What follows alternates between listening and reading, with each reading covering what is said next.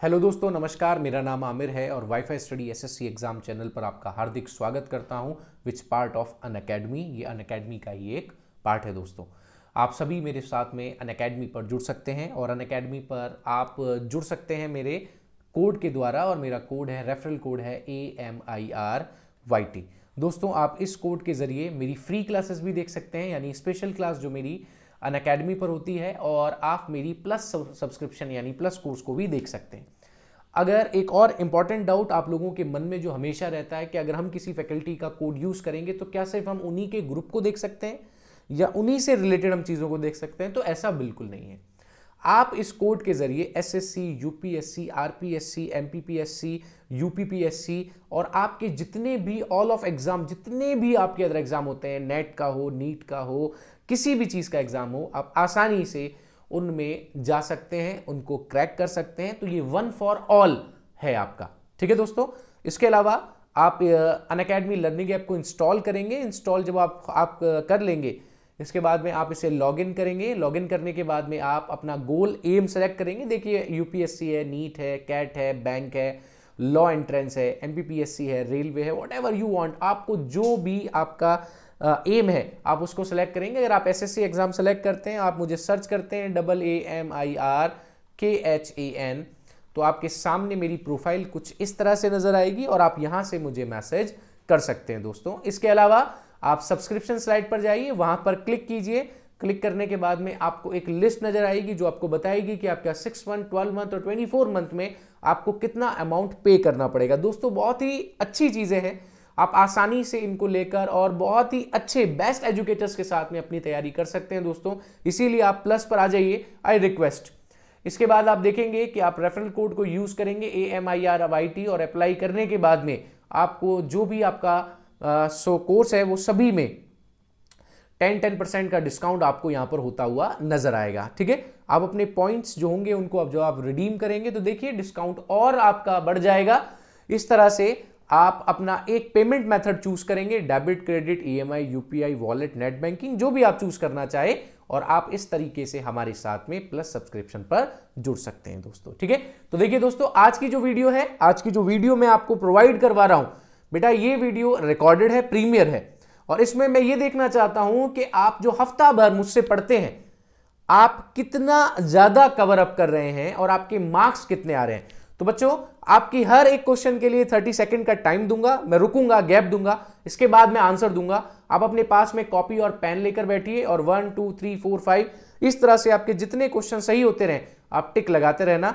आप लोगों के लिए, सिर्फ आप लोगों के लिए, जैसा कि कल मैंने आपको बताया था कि मैं कल ऑफ रखूंगा, आज का ऑफ रखूंगा, बट फिर भी मुझे लगा कि नहीं, मेरे प्यारे स्टूडेंट्स ऐसे हैं जो रोज तैयारी करते हैं, इनके बीच में ऑफ नहीं होना चाहिए। इसीलिए आप लोगों के लिए मैं ये एक प्रीमियर क्लास लेकर आया हूं जिसमें आपका छोटा सा टेस्ट लेना चाहूंगा। ठीक है। और क्लास कल यानी हमारे थर्सडे को कंटिन्यू लाइव रहेगी। चलिए देखिए, अगर आपसे पहला क्वेश्चन पूछा जाए, कच्चा एल्यूमिनियम किस नाम से जाना जाता है? By which name of raw aluminium known? क्या होता है भाई? लिग्नाइट, बॉक्साइट, पाइराइट या एंथ्रासाइट?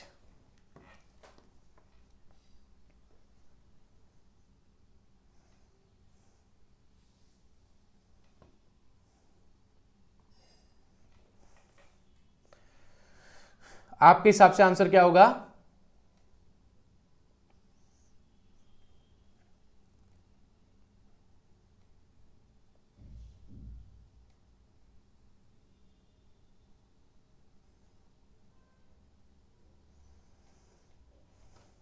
चलिए दोस्तों, 30 सेकंड का समय हो चुका है और आंसर है बॉक्साइट। तो कच्चा एल्यूमिनियम कौन सा होता है भाई? बॉक्साइट के नाम से जाना जाता है। ठीक है। चलिए अगले क्वेश्चन की ओर बढ़ते हैं।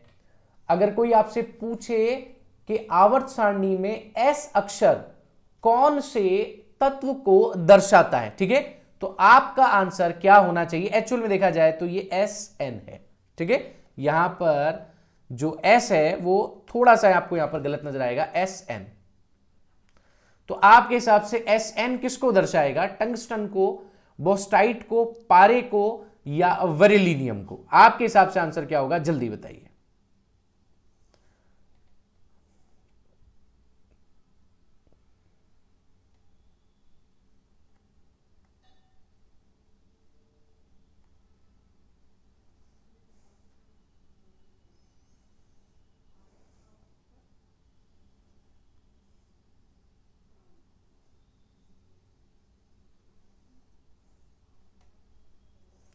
जल्दी बताइए।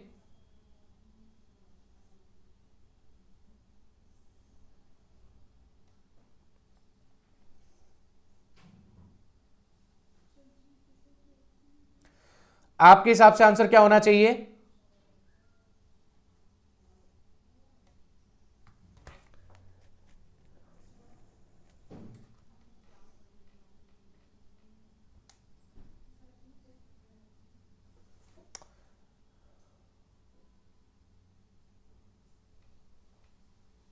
देखिए दोस्तों, यहां पर अगर देखा जाए तो थोड़ा सा ये क्वेश्चन गलत है।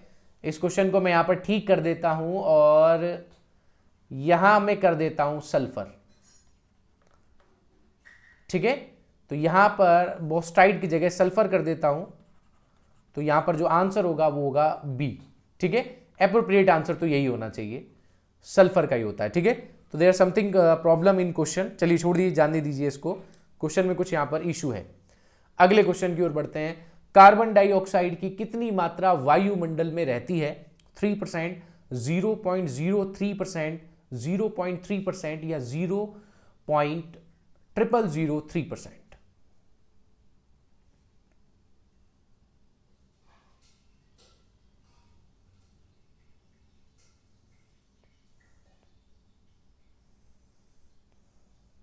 बिल्कुल, यहां पर जो आंसर होगा वो होगा 0.03%। Exactly your answer is correct. अगले क्वेश्चन की ओर बढ़ते हैं। अगर कोई आपसे पूछे कि परमाणु का द्रव्यमान किसमें व्यक्त किया जाता है, तो आपका आंसर क्या होगा? किलोग्राम में, AMU में, या फिर इलेक्ट्रॉन वोल्ट और ग्राम में? तो आप सभी को पता होगा कि जब हम बात करेंगे परमाणु द्रव्यमान के बारे में, तो परमाणु द्रव्यमान किस में नापा जाएगा? जल्दी बताइए।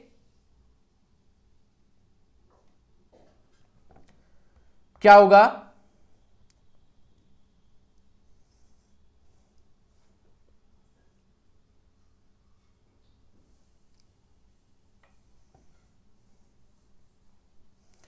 बिल्कुल, यहां पर जो आंसर होगा एटॉमिक मास यूनिट, यानी B is the correct answer. Very good, very well done. अगले क्वेश्चन की ओर बढ़ते हैं। अगर कोई आपसे पूछे कि सिंदूर का रासायनिक नाम क्या होता है, तो आपके हिसाब से सिंदूर का रासायनिक नाम क्या होना चाहिए? क्या कैल्शियम कार्बोनेट होगा, मर्क्यूरिक सल्फाइड होगा, पोटेशियम नाइट्रेट होगा, या सोडियम क्लोराइड होगा? आपके हिसाब से आंसर क्या होना चाहिए? जल्दी बताइए, जल्दी बताइए।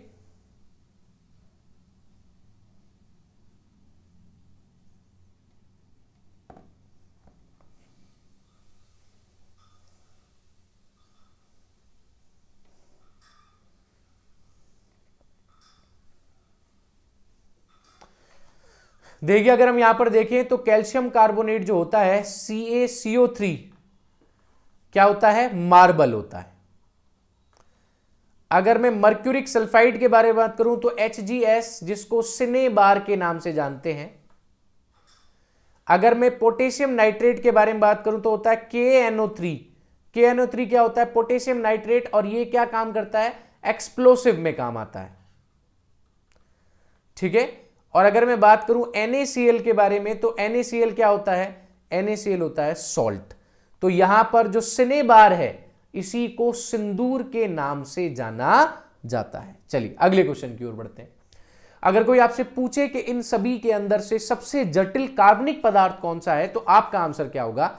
फैट, कार्बोहाइड्रेट, प्रोटीन, या नन ऑफ दीज? जल्दी बताइए, आपके हिसाब से आंसर क्या होगा?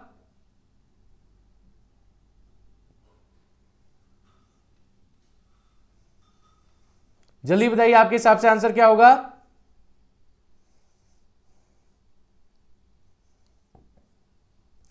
बिल्कुल दोस्तों, आंसर होगा फैट। अगर हम बात करें फैट के बारे में, तो ये सबसे ज्यादा जटिल कार्बनिक पदार्थ होते हैं। अगले क्वेश्चन की ओर बढ़ते हैं। अमीनो अम्ल मिलते हैं किस में? स्टार्च में, वसा में, तेल में, या प्रोटीन में? जल्दी बताइए। बहुत ही इजी क्वेश्चन, इससे ज्यादा इजी क्वेश्चन नहीं हो सकता।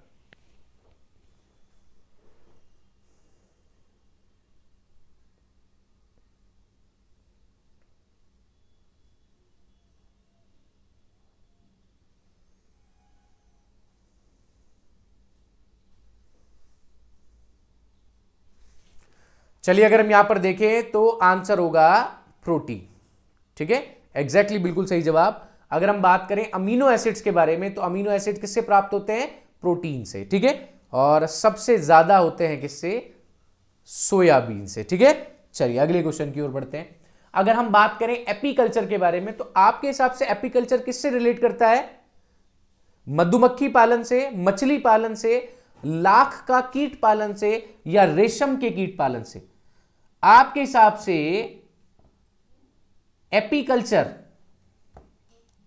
क्या होता है?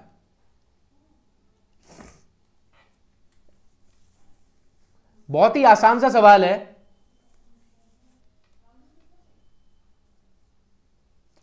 आप लोगों को अच्छे से याद होगा।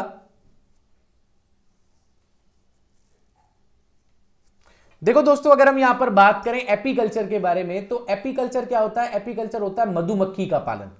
तो जितने लोग मधुमक्खियों को पालते हैं वो एपीकल्चर कहलाता है। ठीक है, एग्जैक्टली यहां जो आपका जवाब होगा एपीकल्चर बिल्कुल सही होगा। ठीक है, रेशम कीट पालन को सेरीकल्चर के नाम से जाना जाता है।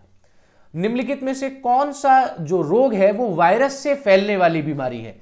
हैजा, टिटनेस, पोलियो और गोनेरिया? जल्दी बताइए।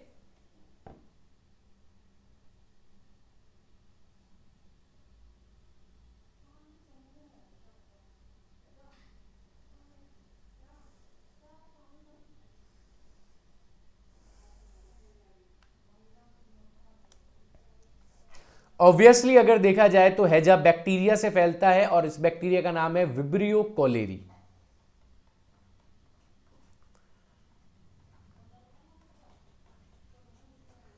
टिटनेस के बारे में अगर हम बात करें तो यह फैलता है क्लॉस्ट्रीडियम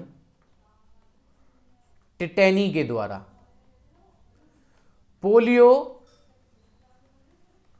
पोलियो वायरस के द्वारा, और गोनेरिया फैलता है नाइसेरिया गोनेरियाई के द्वारा। ठीक है भाई, तो आंसर क्या होगा? आंसर होगा सी, पोलियो। अगले क्वेश्चन की ओर बढ़ते हैं। अगर कोई आपसे कहे कि मलेरिया रोग किससे फैलता है तो आपके हिसाब से किससे फैलेगा? मादा एनाफ्लिस से, नर एनाफ्लिस से, एडिज एजिप्टी से, या क्यूलेक्स मच्छर के द्वारा?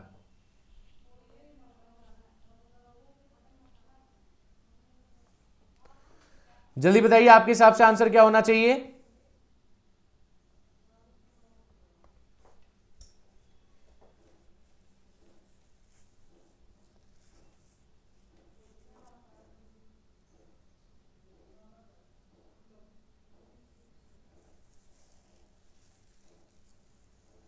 ऑब्वियसली अगर यहां पर देखा जाए तो आंसर होगा मादा एनाफ्लिस। बिल्कुल सही जवाब। तो मादा एनाफ्लिस मच्छर होता है जो कि क्या करता है? प्लाज्मोडियम नाम का जो प्रोटोजोआ होता है उसको मनुष्य के शरीर में प्लेस करता रहता है, पहुंचाता रहता है। ठीक है भाई, अगले क्वेश्चन के बारे में बात करते हैं। चलिए, अगर कोई आपसे पूछे कि ध्वनि का अधिकतम वेग कहां पर होता है तो आप क्या बताएंगे? कि वायु में होता है, जल में होता है, स्टील में होता है, या वैक्यूम यानी निर्वात में होता है? आपके हिसाब से वेलोसिटी ऑफ साउंड मैक्सिमम कहां पर होगा भाई?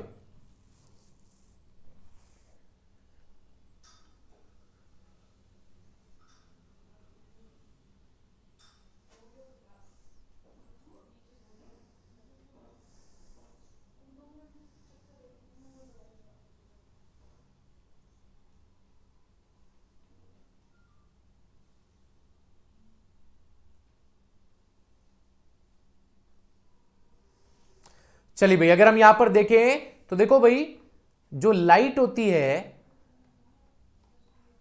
वो कैसी होती है? वो होती है इलेक्ट्रोमैग्नेटिक वेव्स। ठीक है, इनको किसी भी तरह के माध्यम की जरूरत नहीं पड़ती, इसीलिए वैक्यूम में इनकी जो वेलोसिटी होती है वो सबसे ज्यादा होती है। दूसरी होती है साउंड। साउंड कैसी वेव्स होती हैं? मैकेनिकल वेव्स होती हैं, यांत्रिक होती हैं। मैकेनिकल वेव्स को हमेशा मीडियम की जरूरत पड़ती है, इसीलिए ये सबसे ज्यादा सॉलिड में होती है। अब यहां पर स्टील है, स्टील सॉलिड है, इसीलिए सबसे ज्यादा स्टील में होगी। निर्वात में ये सुनाई नहीं देंगी। आप जो भी बोल रहे हैं, मैं जो भी आपको बोल रहा हूं, वो इसीलिए क्योंकि हम दोनों के बीच में, हम सबके बीच में एक मीडियम है, एक माध्यम है। अगर मैं यहां से माध्यम को हटा दूं, निर्वात को हटा दूं, वो सॉरी, यहां पर हर मीडियम को हटा दूं तो निर्वात हो जाएगा, वैक्यूम क्रिएट हो जाएगा, और वैक्यूम में आप मेरी बात नहीं सुन सकते, मैं आपकी बात नहीं सुन सकता। किस रंग का तरंग दैर्ध्य सबसे कम माना जाता है? बैंगनी, लाल, हरा या नीला? विच कलर है द शॉर्टर वेवलेंथ? बहुत बार पढ़ाया मैंने आप लोगों को, जल्दी से आंसर बताइए क्या होगा सही जवाब।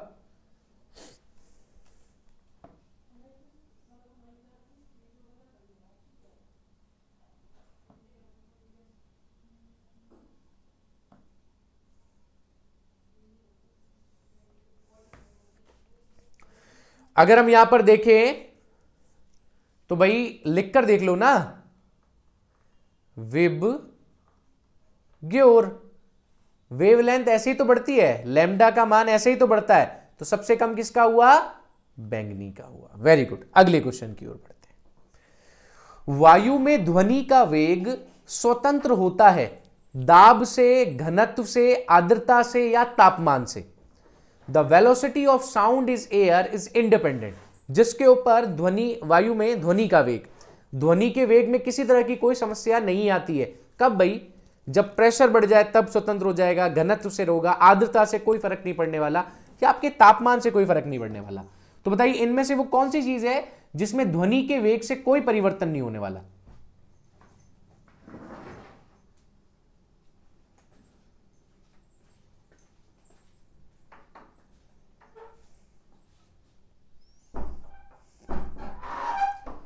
जल्दी बताइए।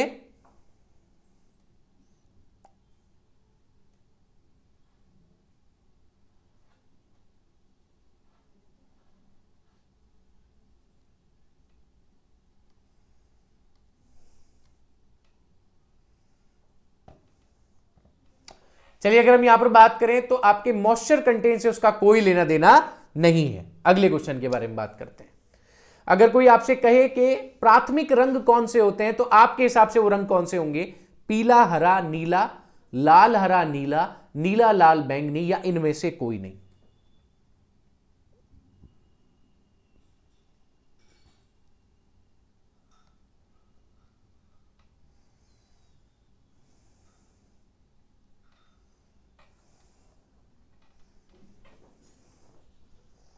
तो प्राइमरी कलर कौन कौन से होंगे?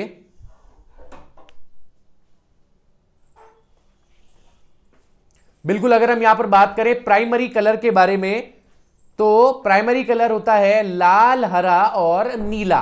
ठीक है, तो रेड, ग्रीन एंड ब्लू, ये सारे के सारे प्राइमरी रंग माने जाते हैं। अगले क्वेश्चन के बारे में बात करते हैं। अगर कोई आपसे बात करे the effective radius of atom के बारे में, परमाणु की प्रभावी त्रिज्या कितनी होती है, तो आपके हिसाब से आंसर क्या होना चाहिए? 10 की घात -4, 10 की घात -10, 10 की घात -14 या 10 की घात -15? जल्दी बताइए दोस्तों। The effective radius of an atom.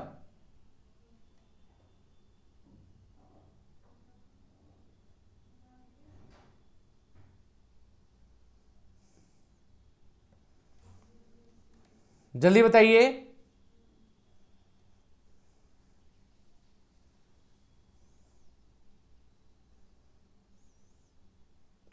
कितनी होती है अप्रोक्सीमेट?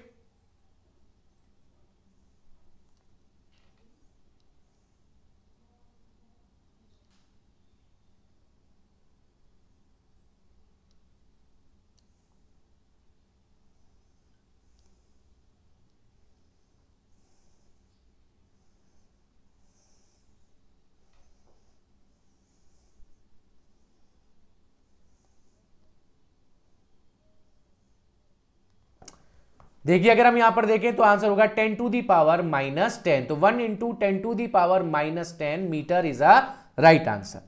अगले क्वेश्चन की ओर बढ़ते हैं। अगर कोई आपसे कहे कि मीटर तंबाकू में विषैला पदार्थ कौन सा होता है, तो आपके हिसाब से आंसर क्या होगा? निकोटीन, एस्प्रिन, फिनाल या ग्रेफाइट?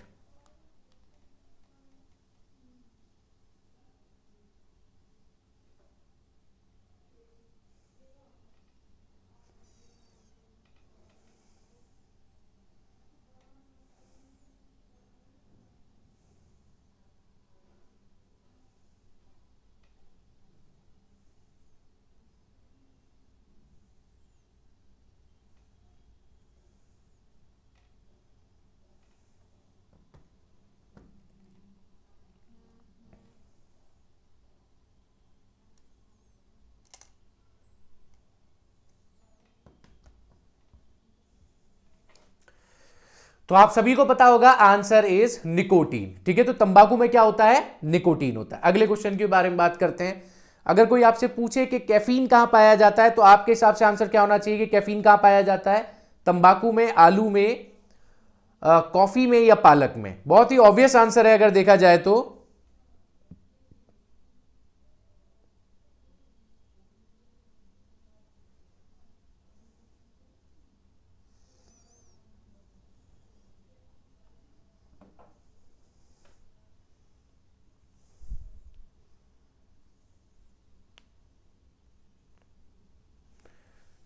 भाई कैफीन तो किसमें पाया जाता है? कॉफी के अंदर पाया जाता है ना। तो कैफीन का जो संबंध होता है वो किससे होता है? कॉफी और चाय से होता है। अगले क्वेश्चन की ओर बढ़ते हैं।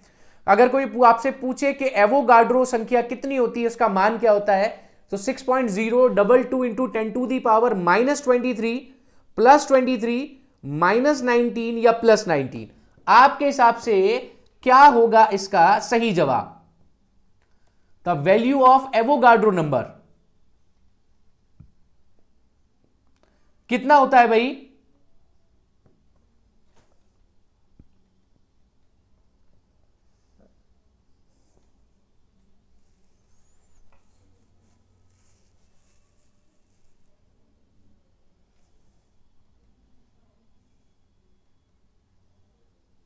देखो बेटा, अगर हम बात करें तो value of Avogadro number is 6.02214 into 10 to the power 23। Exactly ये आंसर एकदम सही है। तो यही एवोगाड्रो नंबर होता है। अगले क्वेश्चन की बारे में बात करते हैं। अगर कोई आपसे पूछे कि नींबू के पीएच की वैल्यू कितनी होती है, तो आपके हिसाब से आंसर क्या होना चाहिए? 9, 0, 2.4 या 7? नींबू की पीएच वैल्यू कितनी होगी?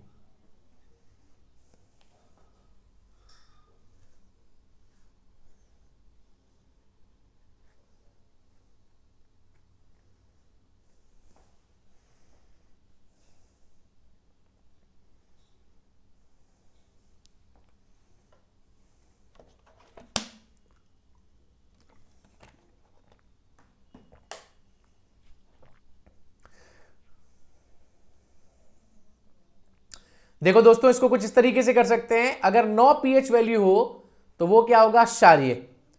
नींबू क्षारीय नहीं होता। 7 होगी तो क्या होगा? उदासीन। तो उदासीन तो पानी होता है, यानी ये भी नहीं हो सकता। अब बची क्या? 0 और 2.4। नींबू के अंदर क्या होता है? नींबू के अंदर होता है साइट्रिक एसिड। ठीक है, याद करने का तरीका बताता हूं। साइट्रिक एसिड यानी अम्ल है, तो या तो 0 हो सकती है या 2.4 हो सकती है। 0 पीएच वैल्यू होती है HCl की, जो कि सबसे स्ट्रॉन्ग एसिड माना जाता है। इसीलिए बचा क्या? C। तो आंसर क्या होगा? 2.4। अगले क्वेश्चन की बारे में बात करते हैं। नींबू में पाया जाने वाला अम्ल इनमें से कौन सा है? टार्टरिक, ब्यूटेरिक, नाइट्रिक या फॉर्मिक? बेटा ये नाइट्रिक को साइट्रिक कर लो।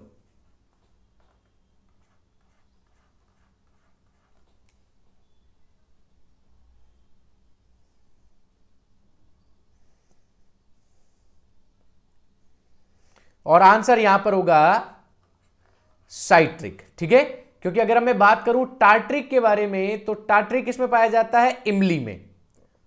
ब्यूटेरिक किसमें पाया जाता है? मक्खन में।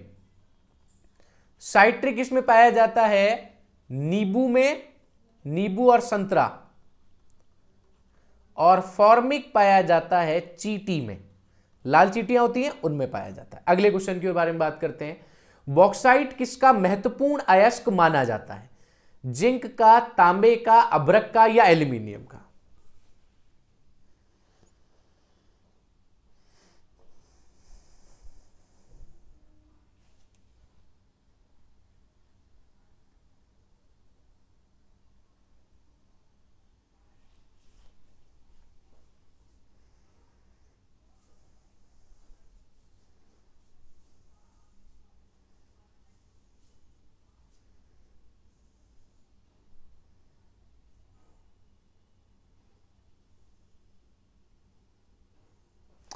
चलिए अगर हम यहां पर देखें तो आंसर होगा एल्यूमिनियम। ठीक है, तो बॉक्साइट इज Al2O3 एग्जैक्टली, बिल्कुल सही जवाब। अगले क्वेश्चन की ओर बढ़ते हैं।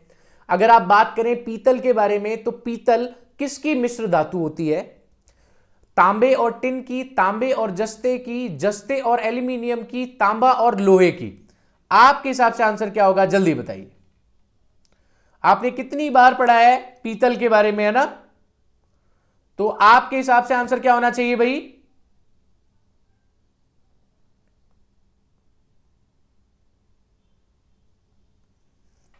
देखो भाई, दो यहां पर इंपॉर्टेंट है। एक तो है ब्रॉन्ज, जिसको कांसा कहते हैं, और एक है ब्रास, जिसको पीतल के नाम से जाना जाता है।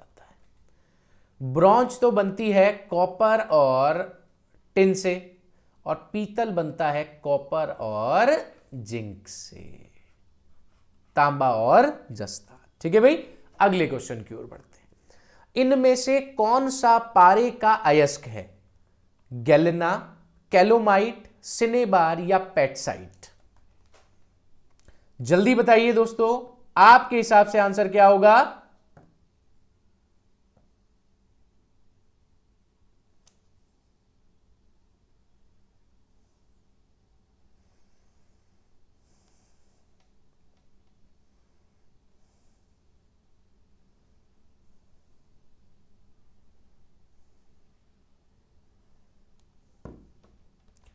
बिल्कुल, अगर हम यहां पर देखें तो आंसर होगा क्या? Cinnabar. HGS is a right answer. अगले क्वेश्चन की ओर बढ़ते हैं। अगर कोई आपसे पूछे कि ब्रॉन्ज, ये ब्रॉन्ज है, कैंसर नहीं है, bronze,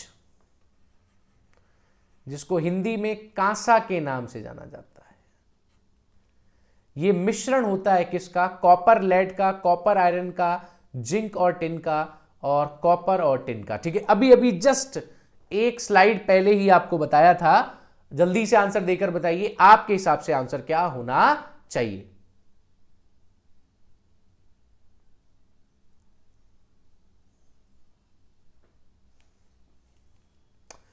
answer copper and tin, exactly, बिल्कुल सही जवाब। Answer D is correct. ठीक है, चलिए बताइए कि रेडियो कार्बन डेटिंग से किसका निर्धारण होता है?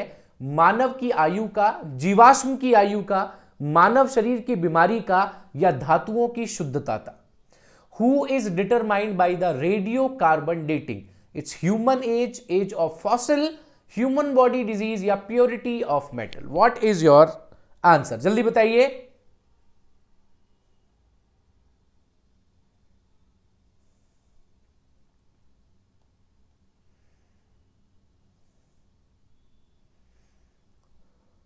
ऑब्वियसली आंसर है जीवाश्मों की आयु का। ठीक है, बिल्कुल, यहां पर आप सभी का जवाब एकदम सही है दोस्तों। तो इस तरीके से आप जो है बिल्कुल यहां पर आप इसको बिल्कुल पूरी तरीके से वो कर सकते हैं। तो सभी दोस्तों को मैं यहां पर कहूंगा कि आपके जितने भी मार्क्स आए हैं, आप वो सभी मार्क्स जो हैं वो जल्दी से जल्दी जो है वो मुझे बता देना कि 25 में से आपके मार्क्स कितने हैं। तो 25 में से आपके जितने भी मार्क्स होंगे आप मुझे वहां पर भेज देना। And thank you so much all of you. हमारी क्लास वापस से यानी थर्सडे से स्टार्ट होगी। ठीक है, तो डेफिनेटली थर्सडे से स्टार्ट होगी क्लासेस। ठीक है, लाइव क्लास रहेगी थर्सडे से। So thank you so much, take care, bye bye. ठीक है, तो थर्सडे से हम लोग वापस से आपको मिलने वाले हैं।